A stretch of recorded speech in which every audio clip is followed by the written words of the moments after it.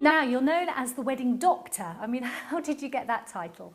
That came about when I was doing a lot of my local radio shows and I do little phone-ins, and Anne Diamond said to me one day, well, you're really the wedding doctor, aren't you? And it kind of stuck, and I quite like it. I like the fact that I'm sort of a wedding agony aunt, so yeah, I go with it. Now, planning a wedding, and I know, is so stressful. Yes. Where do you start?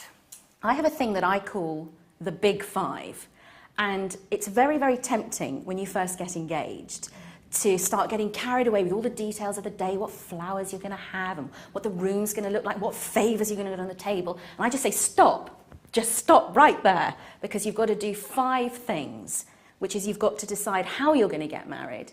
Is that going to be a religious or a civil ceremony? Where you're going to get married, and by that I mean just a rough geographical location. You know, will it be near where you live, where one of your parents live, abroad? When, and again, not the date, but approximately when do you want to get married? Do you want to get married at Christmas time? Do you want to get married in high summer, Easter? Do you think you might be on a tight budget and maybe you ought to think about a quieter time of year? So just a rough idea of when. Who? By that I mean, who do you want there? And this is the people you really, really want there. And then the million-dollar question, how much money can you spend? What tends to cause the most arguments? I always say that planning a wedding, whether I'm planning it for you or whether you're the couple planning the wedding, it's all about expectations. And weddings are hugely important days to lots and lots of people. It's not just you as a couple, and it is your day primarily, but it's a day that also belongs to key members of your family, your parents, your siblings, possibly your children.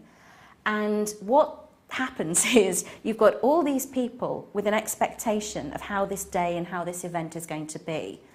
And the reason wedding planning becomes stressful is mainly to do with not ironing out all the expectations very early on.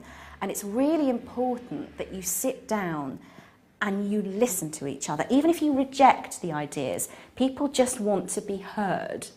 Yes, and that's a good point. So you need to compromise, but you need to hear each other. You do. And fast forward 25, 30 years, actually probably 33, because the average bride in this country is 33 years old. Right. The average groom is 36. So fast forward 34 years, your daughter's getting married, and she says to you, oh, your sister's children can't come. That would be devastating to you. And that is why these arguments occur. So think about who's important to you and what's important to them. So if you had to give one definitive piece of information to transform a wedding, to make it just perfect, it would be that, really. It would be to remember that a wedding day is a day where we affirm the concept of family, before family and friends, people who've brought you to this point in your life, people who want to see this commitment succeed. And that's what the day's about. And remember that all through this planning.